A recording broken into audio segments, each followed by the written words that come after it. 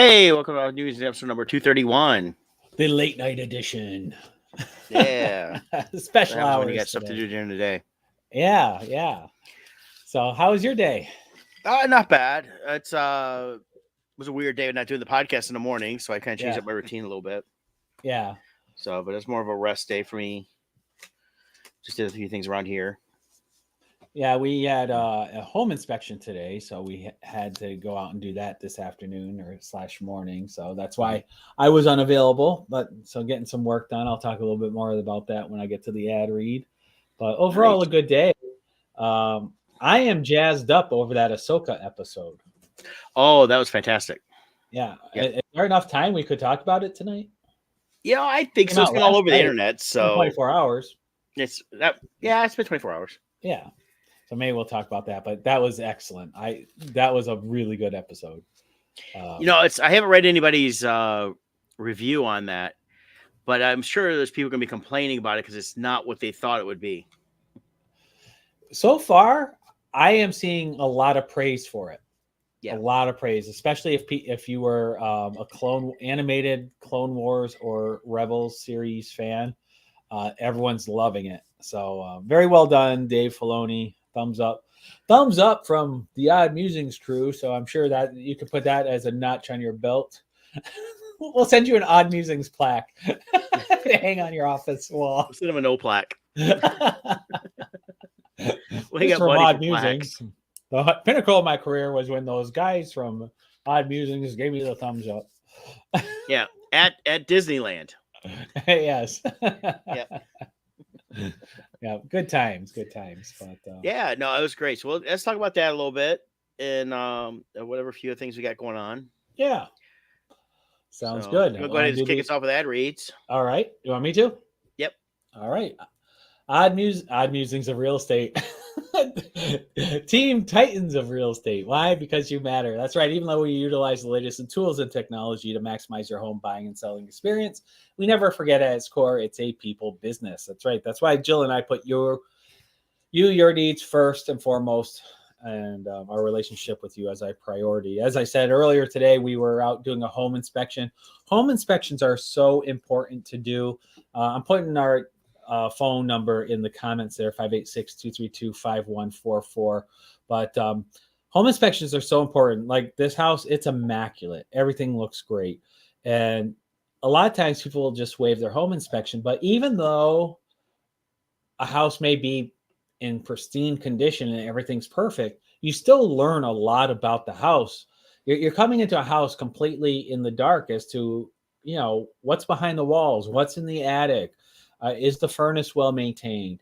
And so by going through the home inspection, you find out a lot of things about the house that you wouldn't have known otherwise. So today's inspection went very well, but it was still very instructional to our home buyer. So, there's a home generator attached and they have tankless water heaters in this house. So our buyer learned about those and how to operate those and other things as well. So we always recommend an inspection. But anyways, for any of your real estate needs, 586-232-5144 is our number. That's our hotline. You'll get either Jill or myself when you call that number.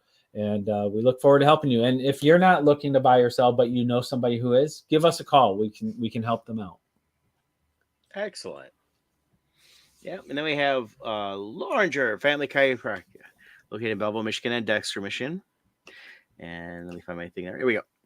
They offer on-site digital x-rays, orthotics by foot levelers, young living essential oils, aromatherapy, full line of vitamins, all in a family-oriented environment. You can give a call, 734-697-4244. You can also find them on Facebook here, as you can see there. That's the Loringer Family Chiropractic Center, PC.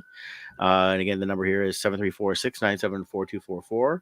I was out in Dexter earlier today and got a chance to see Dr. Anna and got adjusted. It was a good adjustment today to where I had to take a nap. That's how you know it's a good one. So, but it's definitely much well needed. Yeah. So definitely check out your local chiropractors. If you're looking for a good one, give Loringers a call if you're not in the area. But if you're in Southeast Michigan, check out Loringer. Yeah, for sure. They do good work.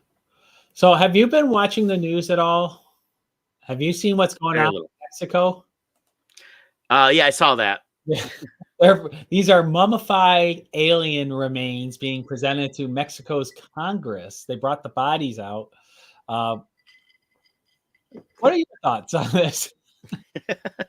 I mean, that looks fake. Well, I've seen The Thing in Arizona, and The Thing uh, was supposed to be a Chinese railroad worker, but obviously was fake. Uh, And well, that looks like a fake. that was it's like this big too. It's like Yeah, like yeah, 2 they're feet like, tall. yeah, like Yeah. so. I don't know. There's This reports is of an official aliens in hearing some of the in their writings of Congress. Egypt. There's reports of writings aliens in the Mayans and Yeah. Aztecs.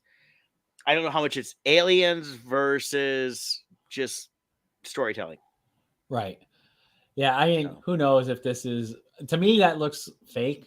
That doesn't look like a I don't know, like the bot. It looks like they put all the time and effort in the face design, and then kind of. It's like when you sculpt something, you get the clay and you get like some aluminum foil, and you make a little skeleton that you then build the body upon. It looks like they forgot to build the body on it. yeah, it looks like they were trying to do a Baby Yoda. Yeah. So I don't know. But this is an official hearing in Mhm. Mexico's Congress, and they're supposedly going over all the evidence they have. So I find that very curious. Well, anything I guess to deflect from the real problems of the world. Well, that's the other part. The timing I find rather suspicious. Mhm. Um, I mean, it doesn't.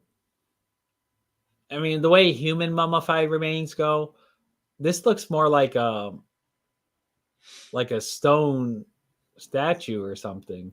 Yeah. There's the Oh, actual body.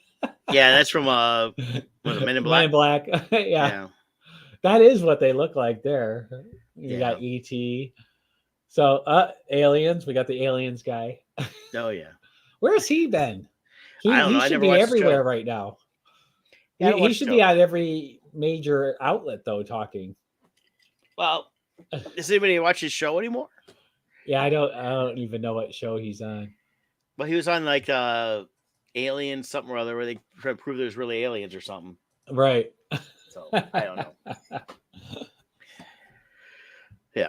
Or could they be real, but they're maybe they're so tiny because they actually live under the earth. Maybe they're Oh, in the earth. could be. You know, who I don't says know. aliens have to be from outer space? I, You got hollow earth theory, Antarctica. Who knows what's going on down there? yeah. So Well, there's all that talks of that. So no, show I have been watching and that you mentioned last week, I ended up going through the whole series is Lioness. So yeah. it's funny. It calls it Special Ops Lioness, but when the credits come up at the beginning of the episode, it just says Lioness. So I'm not sure why, but I wonder if they originally just called it Lioness, mhm. but then they decided maybe after the fact, like, oh, we could do this as maybe a larger series. So they now have special ops in there and they can change the name of which I could see operation. that. Yeah. And Taylor Sheridan, who does the Yellowstone, Mhm. is the one that created it. And he wrote and directed a lot of the episodes, if not all of them. So, Okay. I will say this. You look at everybody, it starts at Zoe is great. Jill Wagner was pretty good. She played Bobby. And then Nicole Kidman looks like she's had a lot of work. Yeah, she does not even look the same anymore. No, right there. Yeah. Yeah, she ruined herself. Yeah. I don't get it. I understand they're getting older, but embrace it. I mean, when you do that, you look like you're wearing a mask. Yeah, you look freaky. Yeah. I think the problem is it's the whole modern day filter effect.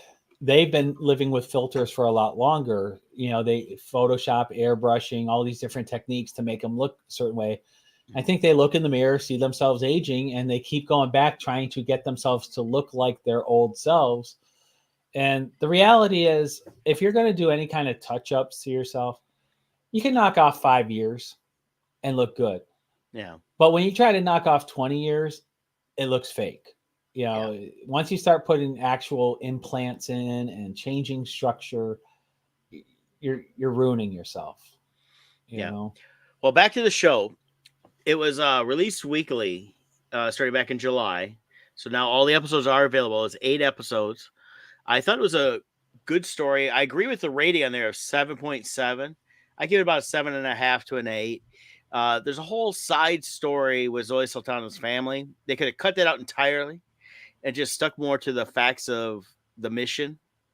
And I think it would have been a much tighter story. Hmm. But I recommend it. Yeah, the action scenes were very well done. Mm-hmm. The battle scenes. I'm only in the first episode, but what parts I've seen, very well done. Oh, yeah. There's a lot of good stuff. You see the thing they end up doing with the main character, really, outside of Zoe Saldana, is and they barely show her there, but it's the this girl right here, and that is I think it's Joe Wagner. Is that Joe? That the recruit. No, no, sorry, it's Laisla D. Olivia. She played Cruz, uh, and she was really good. I thought she's fantastic in this, and she's definitely the one you follow the most. Oh, okay. It's So not Zoe. no, well, the Zoe stuff really to have them follow her was all the home stuff. Oh, It really was unnecessary. yeah. So they should have had her more. She's kind of the team leader, but at the same time, she's kind of run back home all the time, and I felt it distracted from the mission. Someone that's in this intense of a CIA deep mission, that's very covert, wouldn't be running home all the time. Right. And they insinuated home problems, so they built it up as the home problems are with mainly the daughter. The husband is okay with everything in some ways, but he's dealing with all the home stuff on his own. I'm like, do we really need to go there? In a lot of ways, someone that's in this role, would they have that much of a home life with teenage daughters? Right. I would think not. But Morgan Freeman looks very different with his head shaved. yeah, and he's also showing his age. Yeah. So he's good too. He's just a committee guy for that, but he's 86. Yeah. So I think without the hair, having the head shaved, it made him look older. Yeah. So Definitely gave him a different look. I had to do a double take when I saw him the first time. no, I Like, did wait, too. I Yeah. think is that Morgan Freeman? Well, he did start off talking about his friend Eddie Dufresne, so it kind of throws everybody off when he doesn't start off like that. But yeah, I would recommend it. 8 episodes. Check it out. Uh, decent cast. I just felt like if they took out the home front side, they could have built more on the team, and that would have made a much better story. So Yeah. You need the team. Like, well, even like Mhm. go back to like something like NCIS. Yeah. They didn't get in, you got a little bit into what their home lives were, but it was always about the team. And because that's the cohesive unit that you're following in the story, you know. But cool. But yeah, so I watched that this past week. Nice. Yeah. And like I said, I watched Ahsoka today, this morning. I actually watched it twice. I had to rewatch the whole sequence of that happened today. It's just so well done. Well, yeah. So we got like episode 4 and 5 we can talk about together. Yeah. They do run together in a nice way. Yeah, it's more like a 2-part episode than 2 separate episodes. Yeah. So I guess we're jumping to that for now. Yeah. Okay. So I'll just kind of bring up a couple of things here to remind myself a little bit. But the essential thing is they were looking for this map, which is the map to Thrawn/Ezra. And you've got I guess the Dark Jedi's is supposed to reference Ray Stevens. Balin and Shin. Yeah. I forget their full names. Of course, they're trying to get that. So you end up dealing with this ball, figuring out how it works. Mm-hmm. And you've got Ahsoka and Sabine coming after him. We have a nice fight between them. Yeah, it's a really good lightsaber battle between Balin and Ahsoka. They have very Yeah. different styles, so it was really well done. Yeah, and it was also confirmed during the fight with Sabine and Shin that, of course, Sabine does not show any actual force powers Right, because Shin picked up on that real quick. But she has sword fighting skills, which comes from her Mandalorian background. right. So we get that. But yeah, it was a nice battle. Of course, Balin's letting Ahsoka know that he knew Anakin, Hmm. as everybody in the Order knew Anakin. Doesn't get into the Vader aspect, but just the Anakin side. But you gotta say, everyone knew Anakin, but not many lived long enough to know what he became. Correct. Something like that. So, which Yeah. shows Balin knows what Anakin becomes. Right, because he was off wherever he had left the Order prior to Order 66. You're correct. Yeah, so that's one of the things I've liked that Filoni's really trying to express through a lot of different things. A little bit of Mandalorian, now in Ahsoka more, is that there was a lot of Jedi's that left the Order Hmm. prior to Order 66. So Yeah. that's why they weren't necessarily hunted down.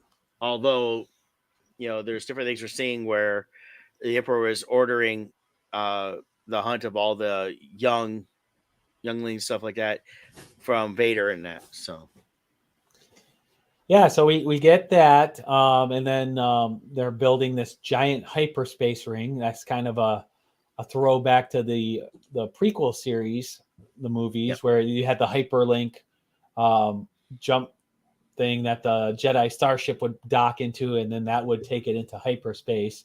So it's kind of a flashback to that, but this is huge. It's a very big one that they Yeah, and have this goes going on back to the here. previous episodes when they were stealing a hyperdrives. Correct, because this So has that's what they were many doing. hyperdrives, Yeah. and then the star map gets unlocked, and they download these coordinates and stuff while Ahsoka's battling Balin. Mhm. Um, what I also like too, so Ahsoka loses and gets pushed over the edge to her demise.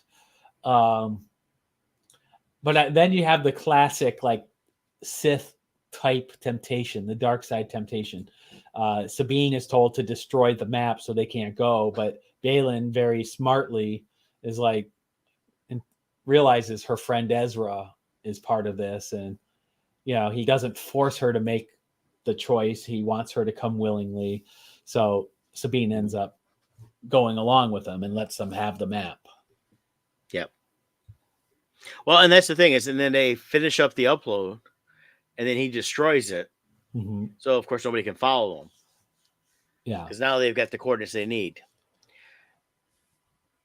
Yeah, and then the end, the closing scene is we see Ahsoka is in the world between worlds, Well, that happened and from the fight. Remember, she got knocked off right, the edge. yeah. So the Yep. very end of that episode is she's waking up in there, and Anakin is there, and then the episode ends. Yeah. Well, Anakin says, "I wasn't expecting to see you this soon." Right, Snips. and yeah, he says Snips, which Yep. is, if you don't know, if you don't watch the anime stuff, that was his nickname for her when she was a young Padawan. Yep. In the Clone Wars, and then we get to the next episode, which is last night's to today, Yeah, and it continues on in the Veil of the Force. yeah, I'm so grateful that they've done a good job of keeping this stuff under wraps. Mhm.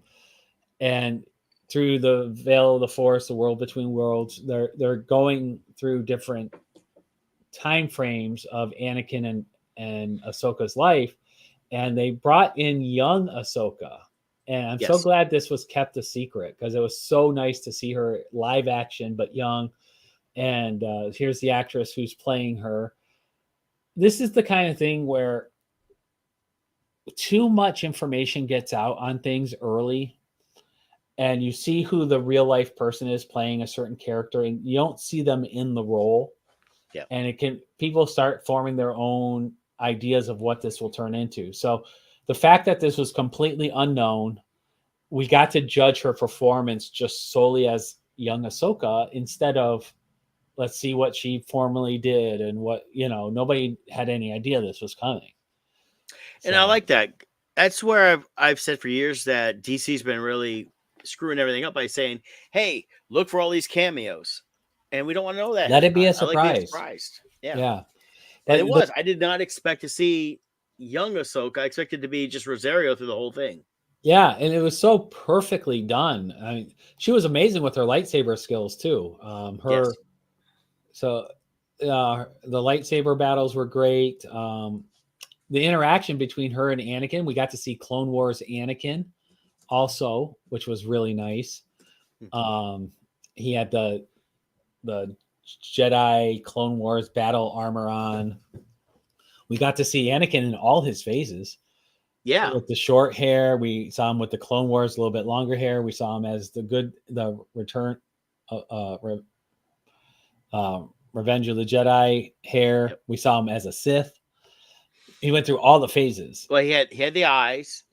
They Yep. flashed on him as Vader a few times. That was really cool the way they did that. I'm glad they didn't go full Vader.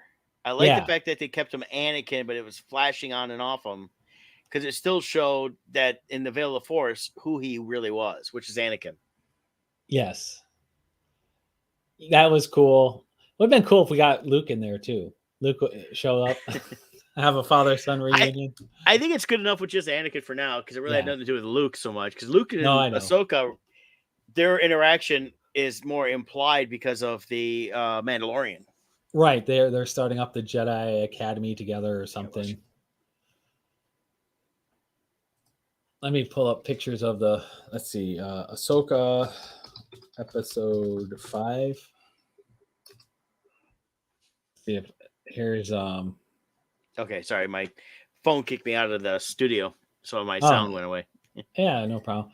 I'm pulling up some episode 5 pictures of Anakin so we can show that. Yeah, so here's Anakin.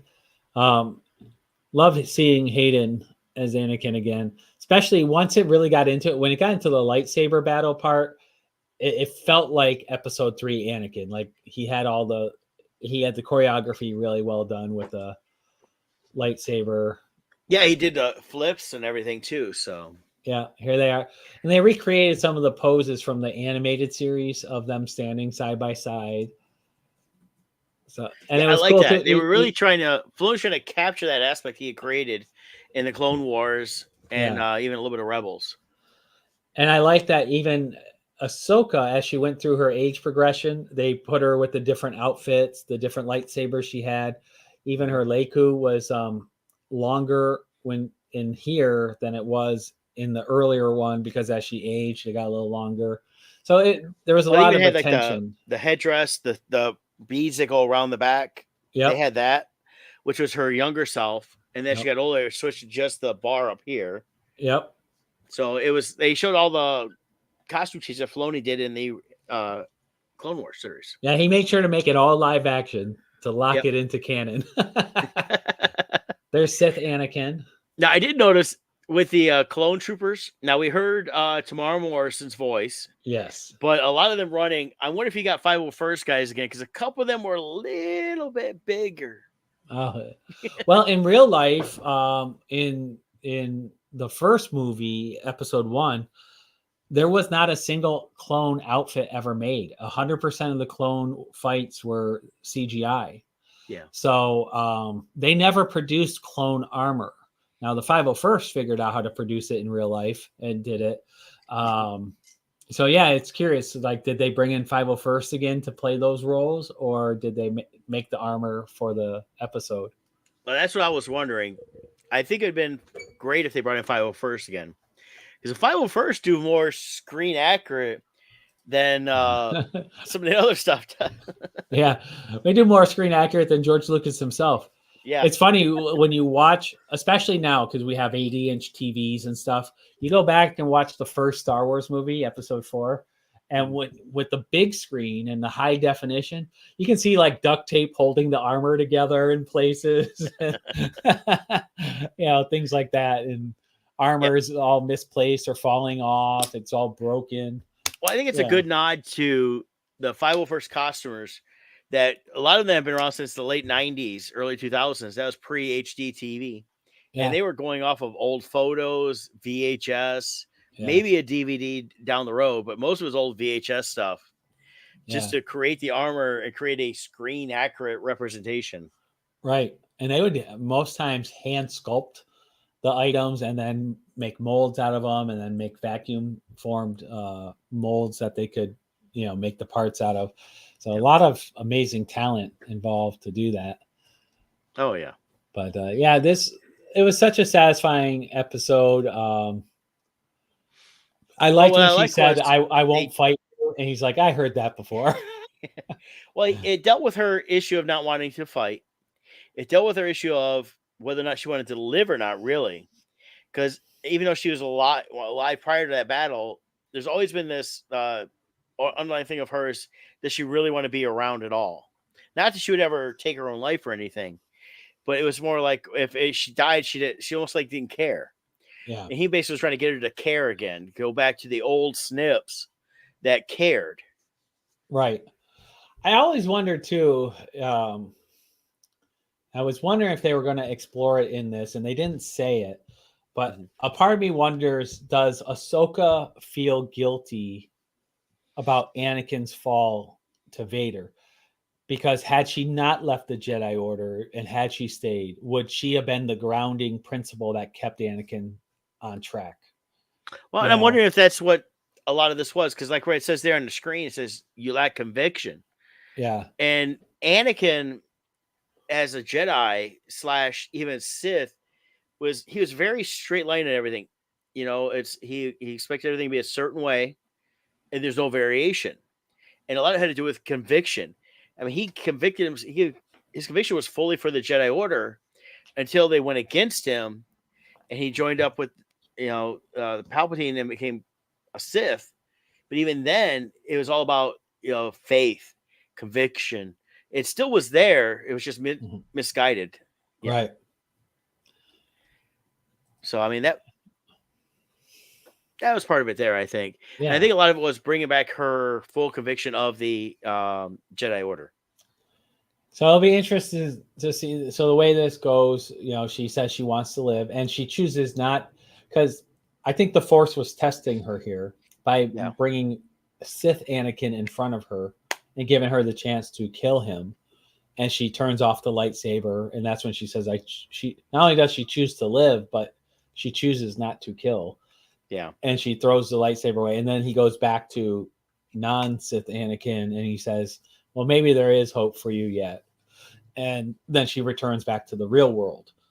So, And a lot of it's the same themes we've seen throughout Star Wars is about hope, yeah. and conviction and the path of these Jedi's. Well, there always seems to be a major test in like a dark cave or something, and I think for Ahsoka, this was that test for her. Whereas, like Luke went into the cave and battled Vader on Dagobah, Yeah. and Rey in the sequel series, she goes down into that water hole, and then that's where she sees like the multiple versions of herself and all these. So it's a common thing for there to be some kind of vision or interaction in the Force. Even in the Rebel series, Ezra did that. They find the Jedi Temple on Lothal, and he's confronting the Inquisitor. He in the vision, the Inquisitor kills Kanan, his master, and he gets to the point where he has to surrender himself to death because the Inquisitor is going to kill him. And because he surrenders himself to death and is no longer afraid, he actually passes the test. And then Yoda talks to him through the Force and all this stuff. So it's a very common theme, and maybe Ahsoka just never had that encounter in the Force to test her, and maybe this was it. Right.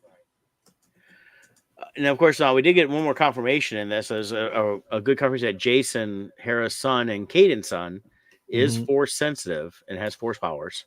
Yep. And that was because he helped find Ahsoka because he could hear the lightsaber battle that was going on in the Veil of the Force. Correct. So they're making more and more of him. That I like. I'm wondering if only somebody can do something down the road with that character. I definitely think he's setting him up for a, whether he'll be a Padawan to Ahsoka or someone else, who knows, could be to Luke. could be part of the new Jedi Order. Um, I mean, Ahsoka technically has a Padawan with Right. Sabine, so we'll see where that goes. Oh, the other flashback too, the Siege of Mandalore was really cool to see. Also, that was her Yes. fighting all of the Mandalorians that had the spikes. They were the ones following Darth Maul, so we got to see that also in action. Yeah, that was they did a lot of that live action stuff that was great with the Clone Wars stuff, and they brought in some elements from the movie and tied in with the elements of the Clone Wars. So we saw things we'd never seen live action before, and definitely seen that battle and seeing the Mandalorians, and the fact that Ahsoka is deep in a fight of that. Yeah. So it ends with them finding the space whales, and the space whales are taking Ahsoka and Huang, Huang, yeah, the Jedi droid, with her to go out. And so I'm guessing next episode we'll see Thrawn.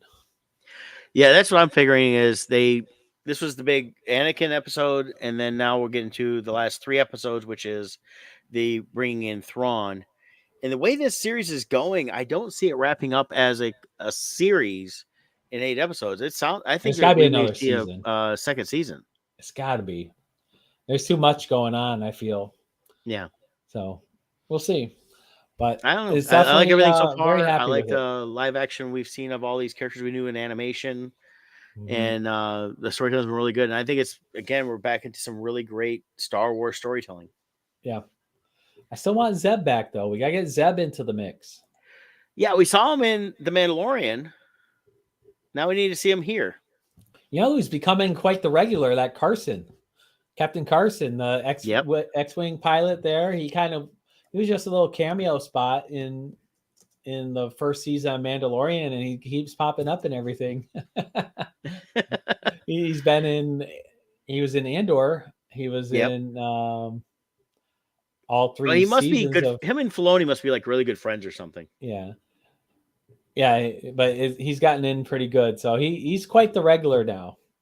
Yes. I like how where he's like, Jason's like, he senses something, and they're like, "Oh, we got to do another sweep." He's like, "We already did." Well, we got to do it again. And he's like, "Did I miss something?" Well, he's got special abilities. His dad was a Jedi.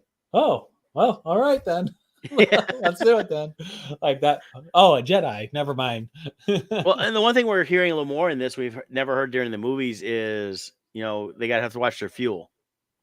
Yeah, that was. Yeah, you've never heard that before. Yeah, it's been. I mean, think about it. It's been talked a little bit through like Solo a little bit with the hyperspace, fuel, Yeah.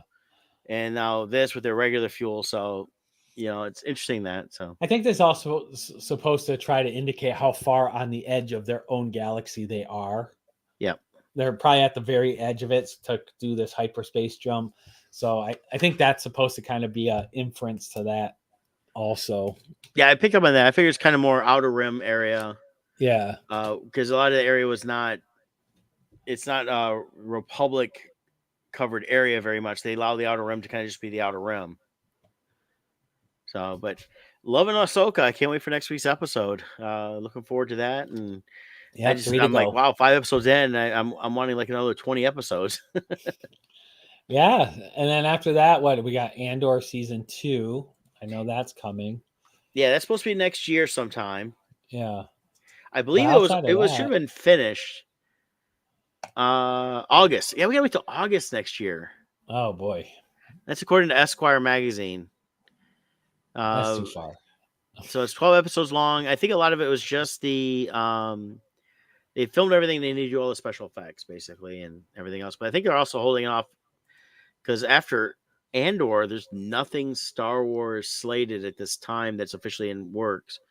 Right. If they're gonna do another Ahsoka, we gotta wait for this writer strike and director strike to be done. Yeah. One thing I heard today is if they have to end it within this next month for if things are going to get back on track fast enough not to interrupt the filming for the next season stuff for things. Yeah. So they have like just a couple weeks left. Well, it sounds like things aren't going well. Yeah, it sounds like it. So we'll They see. just reelected what's her name? The nanny as a SAG president. Drescher, Fran Fran Drescher, yeah. Drescher. And they've the only deal they came with, so far I know, is AMC.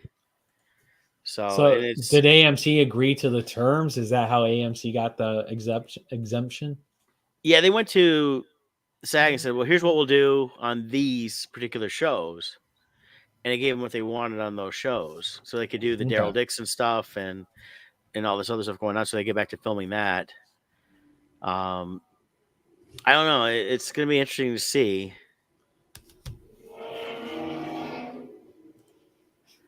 So I don't know. I'm looking at Variety right now, and 4 hours ago, the SAG after rallied striking actors outside Paramount.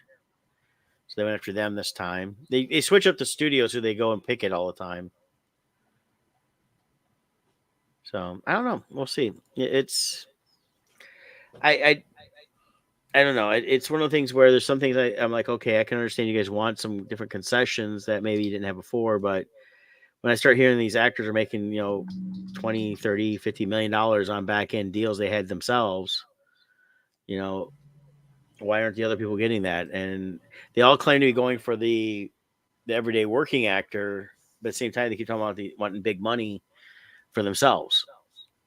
So I don't know. I just find it a little hypocritical at times. Here, okay. Here's oh, some of the problems they have with the actor strike also is there was a number of projects that were completed before the strike as far as filming and stuff goes, but those actors are still needed for the ADR work, the digital, the record. They always re-record all the audio afterwards in a Yeah. nice Well, not clean all of it, but sound they suite. record when they have to redo a line that come through properly, or they have to change a line. Yeah, So but like it's if something's ADR filmed is additional outside, dialogue recording. if something's filmed outdoors, they'll often re-record the whole dialogue inside the studio because they don't have all the ambient sound and everything Yeah. happening. Well, So, but yes and those no. kind of I mean, but yeah, well, that's kind but of the what it point, is. but the point is those things, even though something was done with production before the strike, a lot of those projects still need the ADR done. So they Right. need So those they won't do actors, that. right? And the Yeah. strike is holding that up too. Of course, the new one is the Marvel visual effects workers have unanimously voted to uh, unionize. Okay. Well, my understanding is Marvel's been brutal with the visual effects teams. So, they kind of pushed it to that. They were overworking everyone at insane paces. And it's also why the quality, a lot of people have noticed the last like 2 years or so, the Yeah. quality of the work has really gone down. So, Well, we'll see. I mean, it's. I'm not 100% against everything they say. I'm not 100% for everything they say. Um, but sometimes when I listen to what they say, well, all these they're making billions of dollars and we're not getting any of it. I'm like, well, wait a minute now. You guys have individual contracts per project. If right. you want a piece of it, that should be in your contract. But when it Right. comes to you know saying, well, you have to work more than what we said originally, well, that's a different story. At that point, they should pay the extra for that. When it comes like to visual workers, things like that. If they said, hey, this is what we want from you, and this is the time frame, they do it. They say, well, we want more, and they want to pay more. They just want to work them. Then it's like, okay, yeah, you should have to pay them more. So Yeah. Well, we'll see what happens. yeah, And I think part of the problem the actors have is we do truly have more outlets than ever for entertainment. I don't think they're as important as they used to be. And as such, maybe their pay will suffer and they won't like that. But like right now, how many hours a week do does an average person now spend listening to podcasts or looking at TikTok or watching YouTube and self-made videos? There's so many outlets out there now for people to go to for their distractions. The movies aren't the only place left to go, you know. right. So it's just they're not needed as much. Well, and if you look too, is a lot of these actors I think realize that, and that's why a lot of them started up their own podcasts. They have their Mm-hmm. own like YouTube type channels. Yep. Uh, some of them have resorted to OnlyFans Yep. as different things. I mean, you've got some that completely switched over to the adult side years ago. Mm-hmm. Was the one chick from Boy Meets World that ended up doing. That's what she does now. I saw her on an article recently. And then you've got like Gigi Edgley, who I see at shows all the time, and she has an OnlyFans. Mm-hmm. Danielle from the Picker Show, she has an OnlyFans.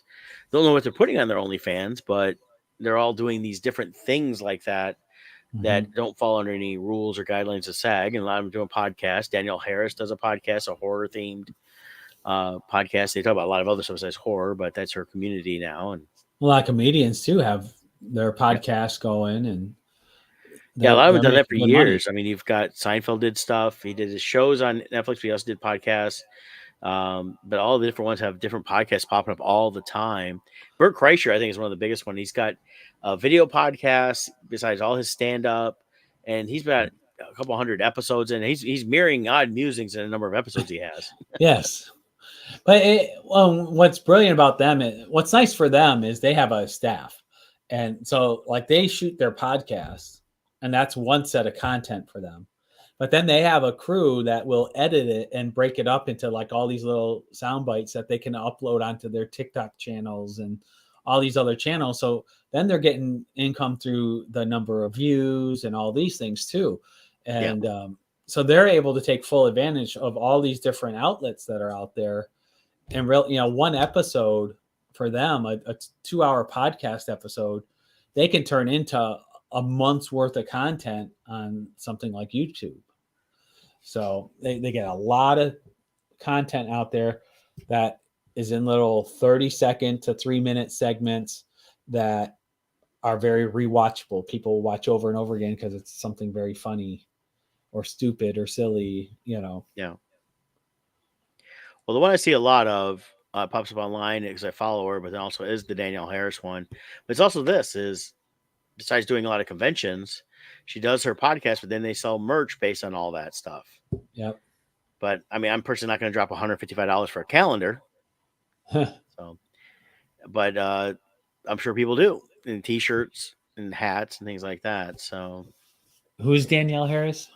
she was in one of the Halloweens. She Oh, played the okay. daughter of Bruce Willis way back in the last Boy Scout, Oh, and wow. she's been on a Okay. bunch of stuff like that. I see her at conventions all the time. She's got a big following, Yeah.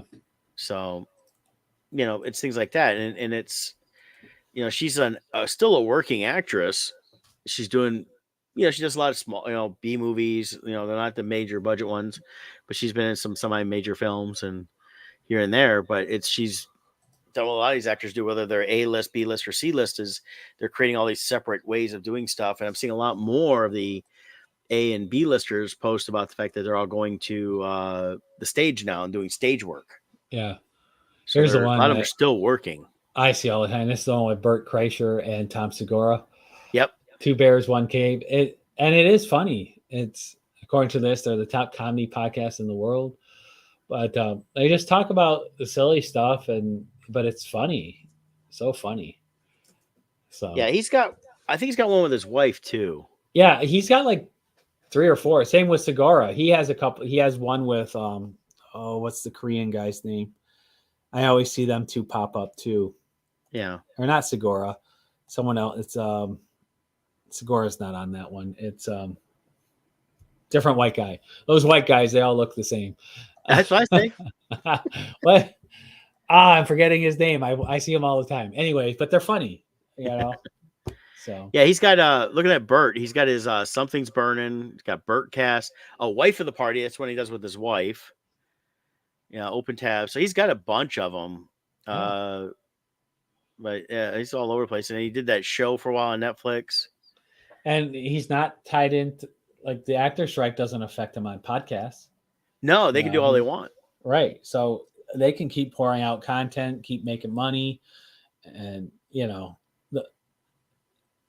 there's so much out. Even like fan films, people can do such high quality fan films now. Yeah. They don't need movies anymore.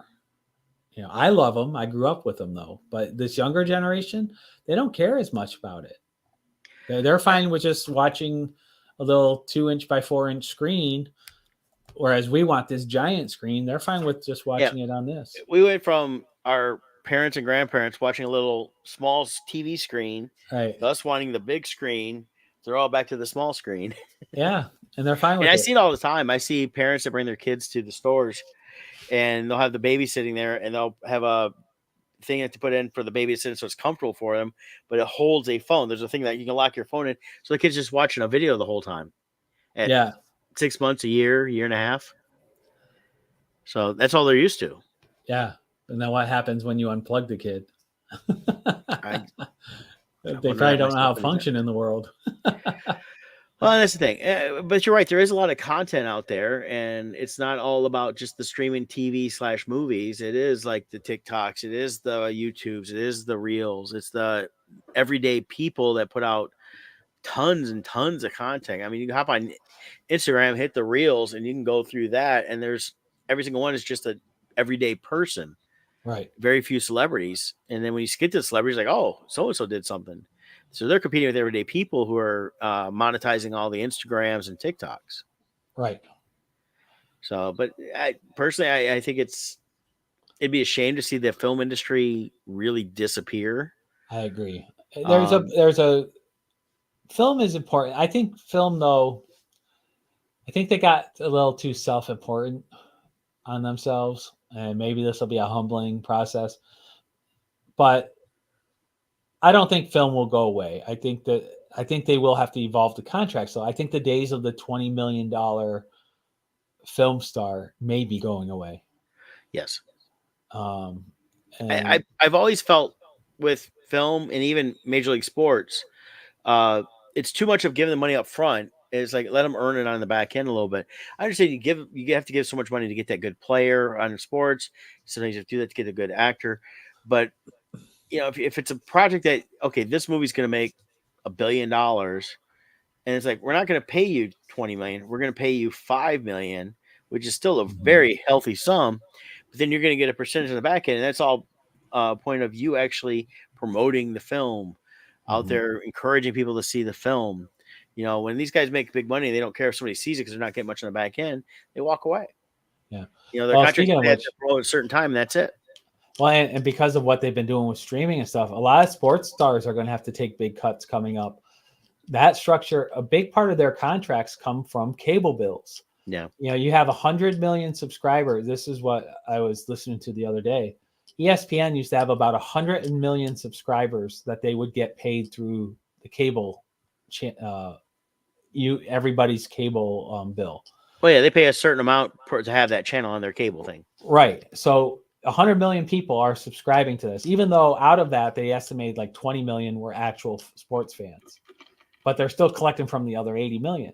Well, because of streaming services and stuff, and ESPN talking about how they're going to create their own service, there's been some large cable companies that have cut ESPN out. So now they've dropped from 100 million to 70 million. They've lost 30 million subscribers Yeah. just from that. And because these cable networks are like, well, we're not going to promote you anymore and put you on the mandatory list. We might as well save money for our customers, reduce our rates to keep them from cutting the cord. We're going to cut you out since you keep talking about how you're going to make your own network anyways. So they've dropped down to 70 million. And they're estimating if they go full streaming, they're only going to get about 20 million. Right. So that's 80 million people they're not going to get paid from now. Well, that's the money they use to pay for all these mega contracts and stuff through the TV deals and all this. So a lot of that's going to get reduced, they're projecting. Well, a lot of the people have that want to cut the cord, which is being proved more and more that doesn't really work cost wise. You still end up spending as much money or more. You just get to go more a la carte. They do two things. When you're dealing with two major sports that people spend money on is baseball and football. Basketball is third, but with that one you don't hear as much of the streaming, as much people really getting into that. You do more baseball and you do more of the football. Football has their ticket. And this year, you've got like Verizon saying, "Hey, sign up for our cell phones, and through YouTube TV, we'll give you the Sunday ticket." Now that it's not exclusive to the satellite company, Direct TV, it's Right. now available for anybody. So they're going to be going through that route there. So that's going to be, and that's all pretty much run by the NFL, and the MLB channel is run by Major League Baseball, and you can stream all the games through that. The only blackouts you get is your local home game. But if you have a local channel you can watch, most of the time you can end up watching it there. Um, Now for Tigers, it's not a local channel; it's actually Bally's, and that's the only place to really watch their games. All their games is through the Bally's app. And I was talking with a customer the other day. We were chatting about stuff and something about baseball, and they go, "Oh yeah, I wish I could watch the Tigers." I was like, "Don't you have the Bally's on your cable?" And she's like, "No, our cable system doesn't support the Bally's. We have to pay extra for that. Where mine includes it." So Okay. it just depends on who you have on that aspect too, and that's part of Yeah. what you're saying with the kind of these channels. You can get ESPN on all those cable channels that are cutting it. It's just no longer included in their basic packages. Right. Now a customer has to pay extra for it. And that's the only way they'll pay ESPN then. Correct. So and that's the same thing with like Bally's, which is doing a lot of the channels for the Major League Baseball. Except for like Chicago Cubs, though, they have their own called Marquee. And I know this from talking with Kevin and Brandy is they can't get that included in their system. They have to pay that system extra as a streaming package to get the Marquee to be able to watch all Mm. the Cubs games. Otherwise, they're pretty much always blacked out. They only get the games they can see is ones that are nationally broadcast. Yeah. And And that's where that's some of the where changes happen. football has done very well with that. I think their secret weapon has been the creation of fantasy football. Yes. There's so many people who do fantasy football leagues. They're watching all the games to track all their individual players. So it's not just local teams they're looking for to follow. They want to see, well, I have a quarterback on New England playing, so I got to check that game out or whatever. Yep. So I think fantasy football is the saving grace of the NFL as far as that goes. Well, and that and tied into actual sports betting. That with Yeah. the explosion of that the last 3 years, and majority of the states now have it, and Mm-hmm. it's legal to do. They can do it right from their phones. They can Yep. create actually not just a fantasy football league that's just fun. They're actually doing fantasy football leagues that are paid, Mm-hmm. and as well as they're betting on this stuff, and they're doing all these parlays through the games. Like Mm-hmm. Joe Schmo is going to get like a field goal in the fourth quarter, and they can parlay that bet. Right. So Yeah. So they're doing a lot of that interaction with the fans too. So I'll be curious to see where it goes. It's definitely we're in a transition period. We'll see. well, I think We'll what we're end going to up see is more and somewhere. more streaming avenues. I think they're also showing that the cutting the cord didn't save anybody really any money because they all end up piecemealing it together to get everything they want. Which Oddmusings predicted about 4 years ago. We had a whole episode on Yeah, it. but I think it's also we're going to see a return again, like I've said before, physical media.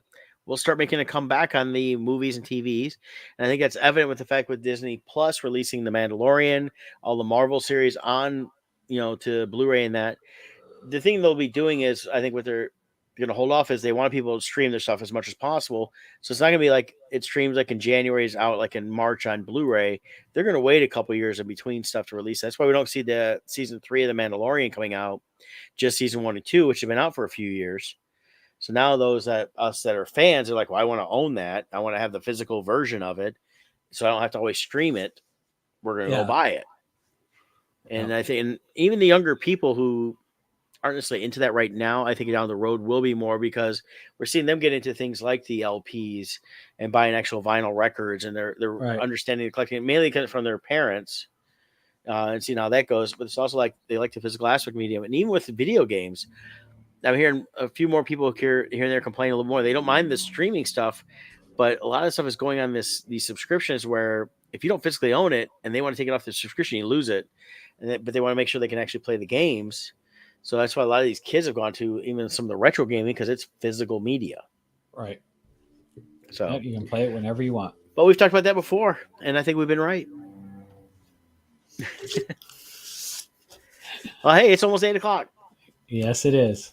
Another Anything fun-filled else, Scott? episode.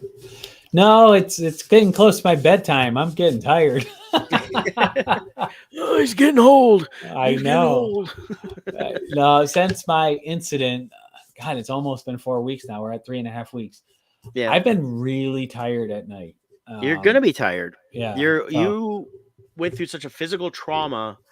It's gonna be months before you really get back Yeah. to your peak of being able to feel more active, Yeah. not be as tired. I know that from my personal experience from my incident 16 years ago.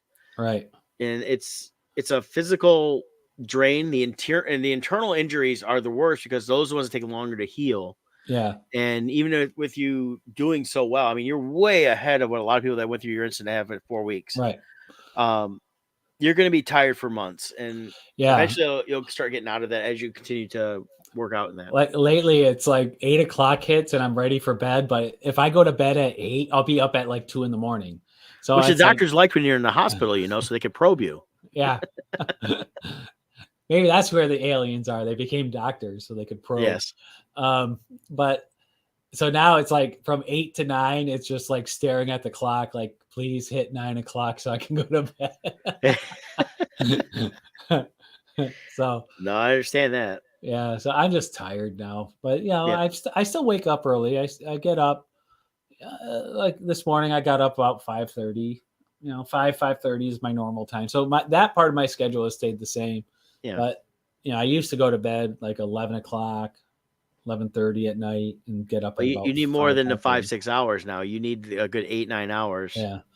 The other thing too is I've had 3 nights in a row where I've been able to sleep through the night. But when they intubated me, I think they scratched up the back of my throat, Probably. and I feel hoarse when I talk. Like it's sore when I talk. Actually, I noticed that on Sunday when I saw you. yeah, it actually is sore for me to talk. So I don't know. I'm guessing it's from the intubation, but I think whatever they did maybe caused some kind of roughness in my throat, and phlegm would build up, like catch.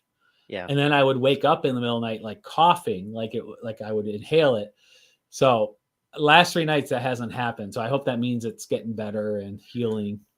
But yeah, my voice to me sounds hoarse. It is. I will confirm it is. Yeah. It's and that's another thing because it's definitely a healing process with the esophagus and all that, and Mm-hmm. to clear that out because you definitely have a roughness. I mean, they're basically shoving a tube down your throat, Yeah. and they're not like trying to be kind of. They're just like jam. And my body's not like cooperating. I'm sure your body has natural reflexes trying to stop that. Right. So Yeah. yeah.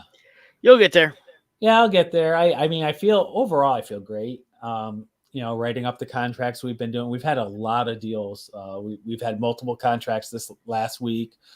And so I feel like mentally I'm back, where I need to be, and everything's flowing really well. Now it's just my throat. I still have like a wet cough, a dry cough that will develop every now and then. Like I feel like some phlegm builds up in there.